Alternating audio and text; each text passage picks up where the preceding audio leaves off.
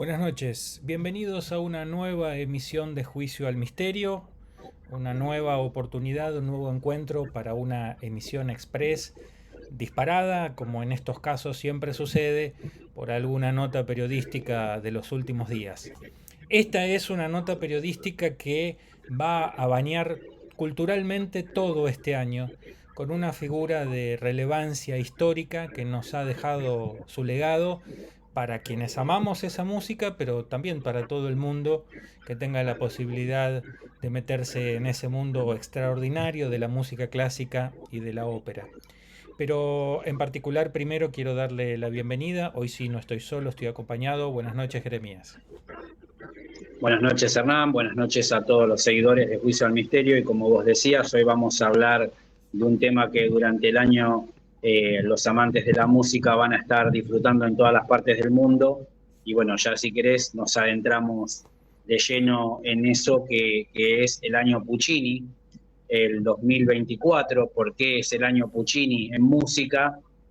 Bueno, porque el 29 de noviembre de 1924 pasó a la inmortalidad Giacomo Antonio Domenico Michele II Maria Puccini, más conocido como Giacomo Puccini, uno de los grandes compositores de ópera del siglo XIX italiano, una figura central de la música, no solamente en la historia italiana, sino en la historia de la música universal, ya que a partir de su aparición en el mundo musical, fijó un antes y un después como otros grandes compositores de la música, en este caso del género operístico, y fue un sucesor, fue el sucesor natural del gran Giuseppe Verdi. Es el puente que los une y que el puente que sigue a la música del siglo XX en buena parte de lo que es la música clásica tiene que ver con Giacomo Puccini por las influencias que él ha ejercido en compositores posteriores a él. Y bueno, brevemente decirles que él era hijo era de generaciones de músicos, nació en Lucca, en la Toscana, en Italia, el 22 de diciembre de 1858, en el Reino. Todavía no era Italia, estaba dividida por las luchas internas. Recordemos que todo el siglo XIX fue para Italia el proceso entre las guerras de lo que después desencadenó en la República Italiana ya en el siglo XX. Sí. Puccini era hijo, nieto y bisnieto de los músicos de la Catedral de Lucca, eran organistas. Él empezó como organista, empezó a tomar también sus estudios ahí con los músicos locales, y bueno, si bien él no tenía una gran afición por los estudios, sí había demostrado desde muy pequeño un talento innato, aunque un poco perezoso para el estudio, porque ya él tenía el gen del genio, esa persona que es un poco no muy estudiosa metódicamente, sino que ya por su naturaleza demostraba algunos rasgos de genialidad desde muy pequeño. Bueno, luego de ir a pie a una representación de la ópera Aida de Giuseppe Verdi, perdón, en Pisa, fue caminando, cuenta la historia, los biógrafos de Puccini, los amigos también, que luego escribieron libros como Fracaroli o su biógrafo, uno de los biógrafos más importantes, que es Mosco Karner, cuentan que él, cuando se entera de que hay una representación de la ópera Aida, una de las primeras representaciones de esa ópera, él decide ir a pie porque tenía solo el dinero para poder pagar el boleto en la ópera, y fue caminando hasta Pisa desde Lucca para poder presenciar esa ópera, y eso marcó para siempre su vida, ya que al ver ese espectáculo, al ver esa gran ópera que es Aida, que bueno, como siempre nosotros, Hernán, hablamos y recomendamos escuchar a Puccini porque es uno de los genios de la música de todos los tiempos, quedó subyugado por esa ópera, por ese espectáculo. Recordemos que Aida es una gran ópera, o sea, es una ópera que se hacía en 5 actos, con ballet incluido, porque eran óperas de larga duración que lo que hacían además era un entretenimiento para todo el pueblo en realidad, y por eso tenían esas duraciones, la gran ópera, que es un concepto francés, pero que los italianos también tomaron, y bueno, quedó subyugado por esa ópera y ahí decidió dejar la carrera de organista, que él ya estaba contratado por ser casi un cargo vitalicio en la familia, se sucedían de padre a hijo, y a él ya estaba trabajando ahí en la catedral, pero decide definitivamente abocarse no a la música religiosa, no a la carrera como organista y como músico religioso, sino que empieza con muchas dificultades, ya que él queda huérfano de pequeño. La madre lo ayudó muchísimo, fue un sostén importantísimo para su vida y para su carrera musical. Hicieron muchos esfuerzos. Él logra que Baresi, que era el carnicero del pueblo, una persona que además era amante de la música, de la ópera, y que era un benefactor, logre él, hay una especie de beca, lo ayuda para que pueda cumplir sus estudios. Y bueno, él se va a estudiar y ocurre también, porque la vida de Puccini tiene muchas anécdotas, ocurre también que se presenta mientras se está estudiando a un concurso de la firma Ricordi, y en ese concurso sale segundo en realidad con la primera ópera que él compone, que es Le Villi, en el año 1884, y el ganador del concurso es nada más ni nada menos que un amigo de él y un compañero de estudios con el que además compartió habitación de estudio en el conservatorio, que es Pietro Mascagni, otro de los grandes veristas, otro de los grandes compositores de ópera, también de música, porque Mascagni escribió mucho más música incidental que Puccini. Gana el concurso, el primer premio, con la gran ópera Cavalleria Rusticana. Dos óperas en un acto. Le Villi es una ópera que se divide por un intermedio, pero que supuestamente es un acto entero, y Cavalleria lo mismo, que tiene un intermezzo, el famoso intermezzo que todos escuchamos, y que había escrito la música de ese intermezzo a los 16 años, que es un Ave María, que lo intercala en el medio para que la acción tenga un corte, pero es una ópera de un acto en realidad, porque transcurre además en el transcurso de un día. Ese primer fracaso, entre comillas, de Puccini, que es Le Villi, lo acerca a los empresarios de música, que empiezan a fijarse en él, logra poder publicar esa ópera, que Ricordi la compre los derechos y se pueda representar esa ópera, a pesar de no haber ganado, de haber tenido el segundo puesto. Las dos primeras óperas de Puccini, que son Le Villi y Edgar, son óperas de una concepción un poco sombría, que no tienen mucho que ver con lo que vino después en su carrera musical, que son los grandes títulos a partir de Manon Lescaut, que es del año 1893. La segunda ópera de Puccini es Edgar. Es una ópera que es poco representada, que recomiendo también escuchar, porque ahí está el germen de muchas de las melodías que después vamos a escuchar en óperas posteriores, entre ellas Tosca. Tiene ahí algunas partes de esa ópera donde después, cuando escuchamos Tosca, vamos a reconocer que él ya había músicas que las tenía en su cabeza mucho antes de componer esas grandes óperas. A partir de 1893, Puccini empieza una carrera meteórica. Todos sus títulos posteriores, todas las óperas, que en total son 12, tienen un éxito terrible. Puccini es una de las figuras más aclamadas, más famosas, más celebradas de esa época. Logró un nivel económico importantísimo, se dio una gran vida.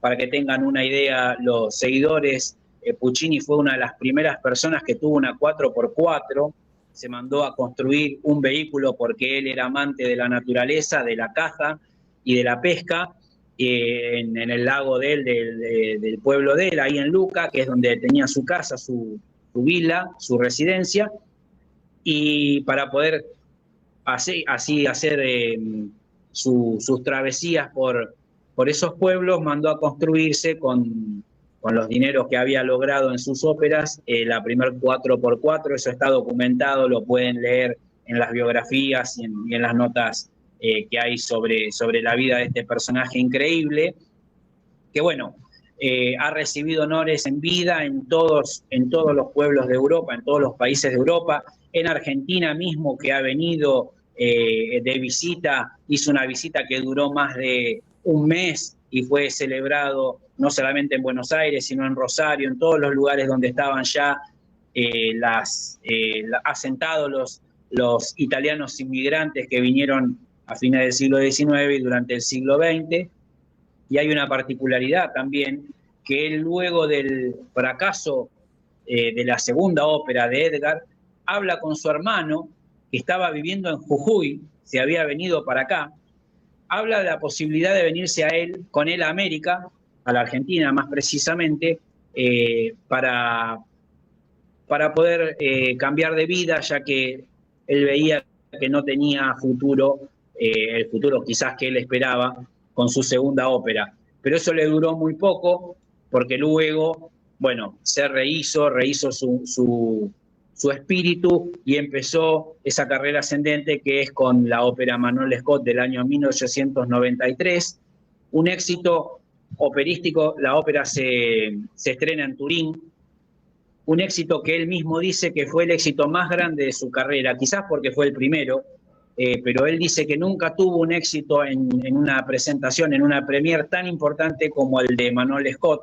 una ópera que es realmente hermosa, una gran ópera, pero después se vinieron las grandes joyas de su vida musical, que son Tosca, La Bohème, Tosca, Madame Butterfly, y las que siguieron, las posteriores, hasta culminar en la Gran Turandot, que es la última ópera que se estrena póstumamente, porque él no concluye la ópera, muere antes, ese 29 de noviembre de 1924, la ópera se estrena poco tiempo después, en la primera presentación de esta famosa ópera que todos conocemos por el área, una de las áreas más famosas de la historia de la ópera, que es Nessun Dorma.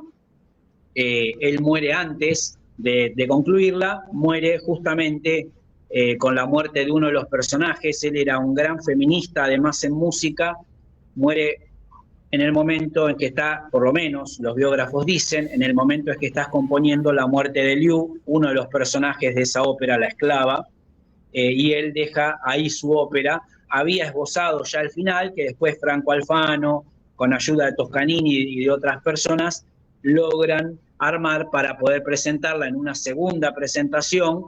La primera termina con la muerte de Liu y los biógrafos dicen que eso es una especie de mito, todavía no está muy certificado si pasó o no, que Toscanini, que es quien estaba dirigiendo en esa ocasión, deja la batuta y dice que en esa parte de la ópera había muerto el gran Puccini y la ópera terminaba en su primera presentación ahí. Luego en la segunda se completaría con lo que habían terminado los músicos a los que se les encargó la terminación de esta gran ópera. En el medio de eso tenemos también otras óperas como Madame Butterfly, como La Rondine, que es una ópera un poco representada, pero muy bella también, y el tríptico, que está compuesto de 3 óperas de un acto, Gil Tabarro, Gianni Schicchi y Suor Angélica, que en esa ópera él ya estaba maduro. En ese tríptico lo que él hace es el infierno, el purgatorio y el paraíso, basado en la idea de la gran Divina Comedia de Dante. Bueno, él rinde un homenaje al gran Dante en una de esas partes, que es en Gianni Schicchi, hace decir a uno de sus personajes, a Schicchi, que es con la gran licencia del gran padre Dante que él compone esa música. La verdad que el año Puccini, ahí estamos viendo la portada de la nota que salió en el diario Clarín, va a tener una importancia en el mundo musical, en todas las casas de ópera del mundo. en el Teatro Colón nuestro, por supuesto, pero además en todo el circuito operístico fuera de las grandes casas de ópera, porque hay mucha en Argentina últimamente. Tenemos un gran circuito operístico fuera del Colón, con compañías independientes, con teatros más pequeños, con salas que uno puede ver muy fácilmente en los anuncios de los diarios, pero también en las redes, que hoy está tan masificado por este medio. Y bueno, este año Puccini va a ser un año de celebración del gran músico de Lucca, del gran músico toscano, porque bueno, se celebra el centenario de su muerte, se conmemora, en realidad no se puede celebrar, se conmemora, y bueno, hay un nivel de presentaciones de todas sus óperas en las grandes casas de lírica que la verdad, para aquellos que puedan disfrutarlo, van a poder festejar la música que lo hace inmortal a este gran personaje y que creo que está en el panteón de los grandes músicos sin duda, porque además, para aquellos que no son amantes de la música, operística en este caso, no son seguidores, seguramente han escuchado en alguna película, en algún comercial de televisión, como música incidental, la gran música de Puccini, de la Bohème, como ya dijimos antes también, de Turandot con su Nessun Dorma, o Recóndita Armonía de Tosca, que era propaganda con la voz del gran Plácido Domingo de la NBA en algún momento. Me recuerdo, por ejemplo, un comercial de música con la voz de Pavarotti, creo que era de Ferrari, con Nessun Dorma. Bueno, la música de Puccini está en el inconsciente colectivo, en el oído colectivo de toda la humanidad, y eso es lo que lo hace una figura eterna y que verdaderamente sigue vivo por las joyas que nos ha regalado a la humanidad. Es una de las, como decimos siempre, Hernán, es uno de los grandes motivos para poder celebrar la vida, ¿no? La música es un motivo de celebración y es un motivo que nos hace creer que hay algo superior que es el que ha creado todo esto, porque la verdad que a veces no se explica tanta genialidad, ¿no? en el espíritu y en el cerebro humano. Bueno, estos son los casos que hacen creer en ese ser superior, en ese ente creador que todo lo hilvana y en este caso que brinda algo tan preciado como es la música. No sé qué te parece a vos. Bueno, ciertamente que me parece un personaje extraordinario. Vos sabés que en este sentido compartimos el placer y el amor. Recordaba también, no sé si lo mencionaste, la famosa aria O mio bambino caro, que es para mujer, en Claro. este caso para una soprano, ahí del tríptico que mencionabas. Yo solamente para ilustrar, porque obviamente después te voy a dejar que hagas vos la conclusión, pero miren, yo los invito, aunque sea, si no pueden ir a verla, traten de buscarla. Ahí tienen a Turandot en la versión que a mí me gusta, para mí el más grande tenor, que es José Carreras. eh, una de las Una gran óperas versión esa. más extraordinarias. Solamente algunos datos de color. Qué impresionante que es que a lo largo de la historia los personajes de gran talento que han dejado ciertamente su muestra, su impronta, siempre al comenzar sus años de vida, ese talento desbordante los haya hecho aburrirse en los lugares donde nosotros vamos tradicionalmente a aprender y a Claro. conocer, como si estuvieran tocados por una suerte de varita mágica. Después recoger algo que tiene que ver con una profunda amistad, simplemente una anécdota entre Toscanini y Puccini, grandes amigos, pero cuenta la leyenda que allá por el año 1920-1922, algunos años antes del fallecimiento de Puccini, parece ser que por alguna razón que nunca se dio definitivamente a entender, se pelearon a muerte, como se peleaban antes los grandes, ¿no? Y Puccini todos los años tenía la tradición de mandar unos panetones a aquellos que quería, a sus conocidos, ¿no? Y cuenta esta anécdota que, claro, estaban peleados y entonces parece ser que las personas que despachaban los panetones en nombre de Puccini le despachan el panetone a Toscanini. Cuando se entera, obviamente pone el grito en el cielo, porque como buen italiano le había hecho una especie de vendetta. De ninguna manera quería hacerle llegar un regalo, y menos para Navidad, a aquella persona con la que estaba peleada. Entonces, bueno, trata de parar el correo, etcétera, etcétera.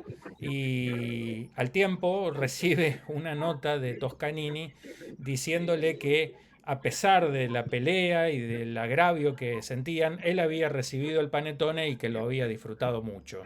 Es ciertamente Toscanini quien, bueno, yo creo que más rigurosamente interpretó, como hizo siempre en su vida, la obra de Puccini, pero además, hasta donde yo recuerdo, es Toscanini quien estrena el año posterior al fallecimiento de Puccini aquí en Argentina, en 1925,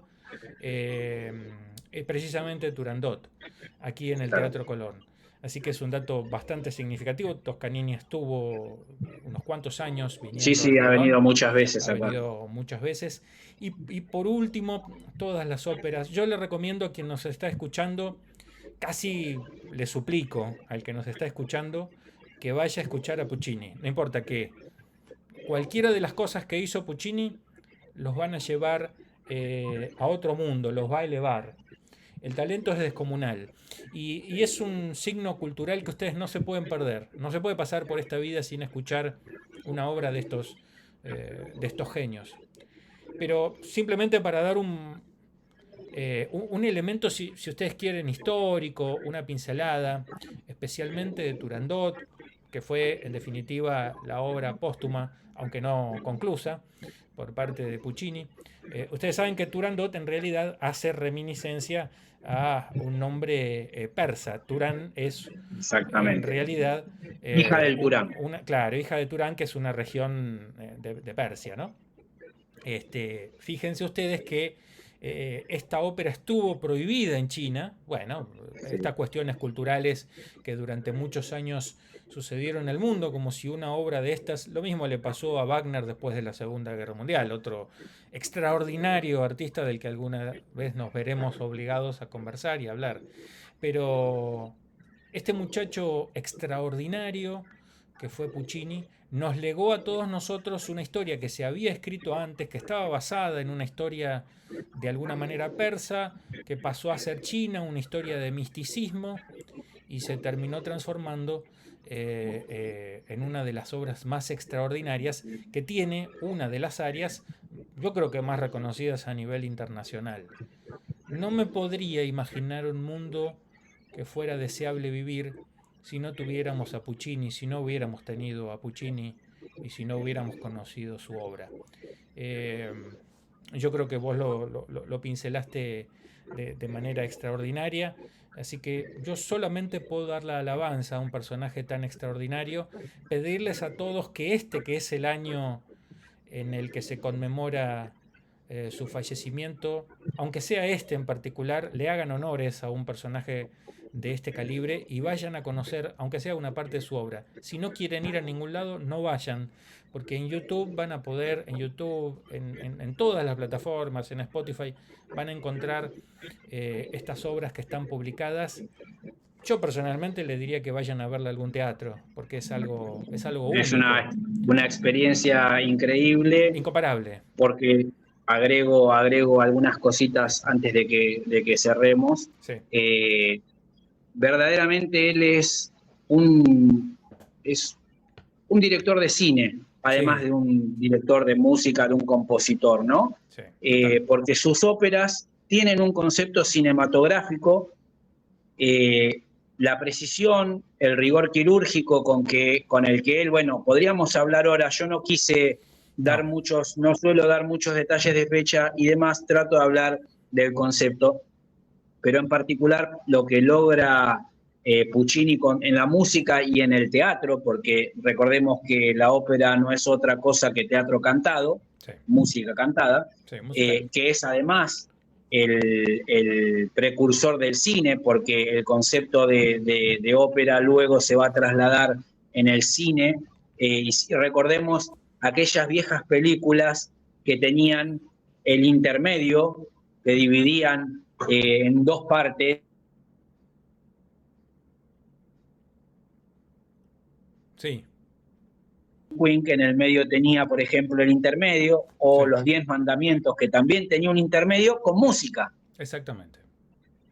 Si vemos nuevamente la película y la vemos completa, en el intermedio había una sinfonía de música. Uh-huh. Bueno, Puccini es uno de los precursores en ese sentido del concepto de lo que luego fue el cine. La precisión de la imagen, lo plástico de las presentaciones. Él, por ejemplo, en sus óperas tenía un concepto de la estética que la ópera antigua no tenía. Ni siquiera las últimas óperas de Verdi y de algunos compositores del siglo XIX ya la empezaban a tener en un germen. Traviata es quizás, la Traviata de Giuseppe Verdi, es quizás ese punto de ruptura en la vieja ópera y la nueva ópera, en lo que se llama el verismo, sí, que a veces está dentro del ambiente musical operístico, está como, ahí está todavía la vieja pelea entre la ópera antigua, barroca y la ópera romántica, y el verismo, que es un concepto más moderno y más de realidad, más del cotidiano. Lo que vienen a hacer desde Verdi en adelante es poner en el teatro la realidad de la calle, en la mayoría de las óperas. Obviamente que hay también, Turandot transcurre en un país de fábula, en un país lejano, sí, pero Tosca transcurre en Roma, en el Castel Sant'Angelo, pegado ahí al Vaticano, y el suceso de Napoleón con Melas, la guerra de la invasión napoleónica está ahí metida en la historia. En Edgar tenemos también el Risorgimento italiano, la acción transcurre en Flandes, hay muchos elementos de historia, y después en Madame Butterfly por lo menos tenemos algo muy, muy, muy novedoso, y es además, que con el tiempo se va a estudiar mucho más también, es la visión de Puccini sobre el imperialismo. Claro. Porque lo que ocurre en Madame Butterfly no es otra cosa que la invasión de los americanos en Japón, y cómo ellos burlan las tradiciones, pisotean los países. Lo hace de un modo muy sutil Puccini, con una música terriblemente hermosa, con una historia terriblemente triste también, pero hay un concepto de Puccini, una sensibilidad que tiene acerca de las cuestiones sociales. En la Bohème también. En la Bohème ocurre en París, sí, en 1830 aproximadamente, es la época de Luis Felipe, pero ahí muestra las miserias de los poetas, de los pintores, de los músicos del París de la Bohemia, ¿no? Y en parte lo que quiere hacer en esa ópera también él es retratar su juventud.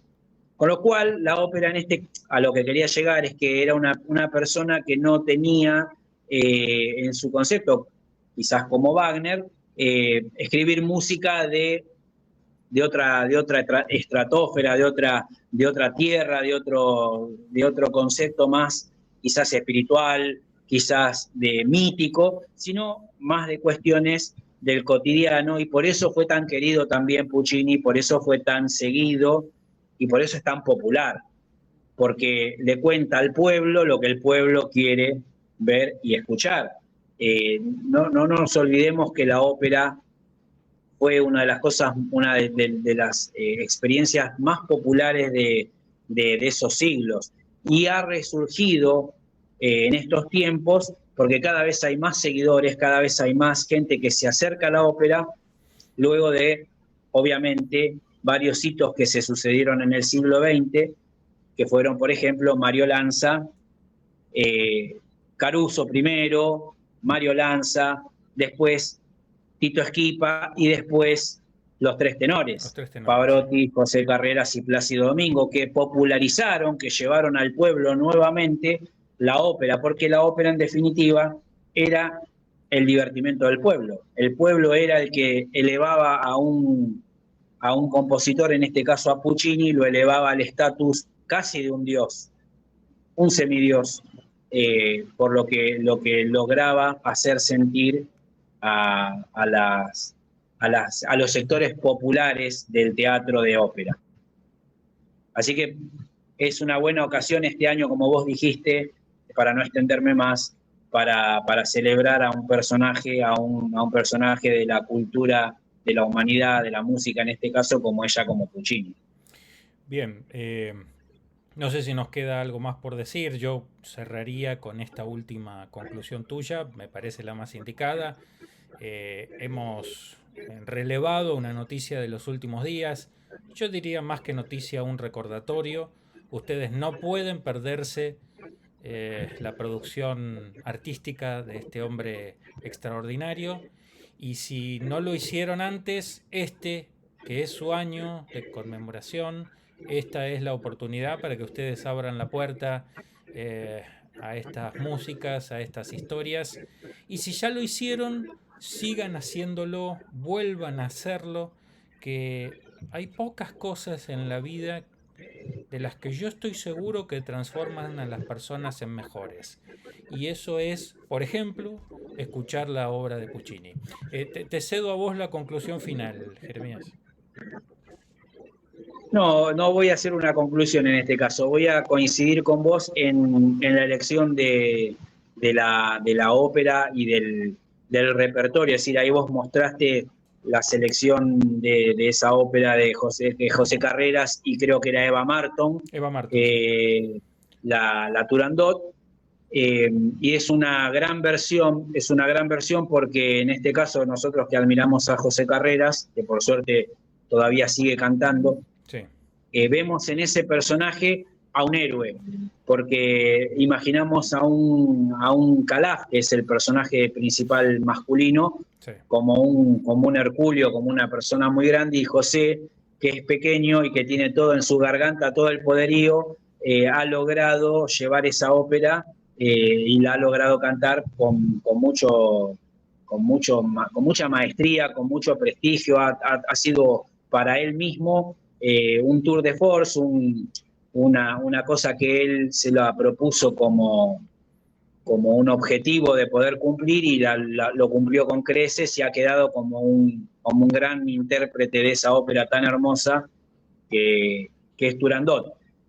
Así que sería, como reafirmo eso que vos dijiste, sería una buena idea empezar por el final para ir para atrás, hacia el principio, y poder escuchar las óperas anteriores a esta que viene a ser la conclusión, porque Puccini quería hacer con Turandot el cierre, él sabía que igualmente le quedaba poco tiempo y quiso hacer un cierre y quería hacer la apoteosis final de todas sus óperas. El final escrito por él nunca lo vamos a conocer, no es este que escuchamos. No. Él tenía en mente y en su corazón otro final quizás para el triunfo del amor, decía él. Era el triunfo del amor que en definitiva fue el leitmotiv de todas sus óperas. El amor Exacto. en todas sus formas es el leitmotiv de Puccini. Puccini era, en el mejor de los sentidos, un romántico de gran nivel, porque lo que ha logrado es, en definitiva, con su música, retratar la emoción, una de las emociones más puras y más hermosas que tiene el ser humano, que es el amor.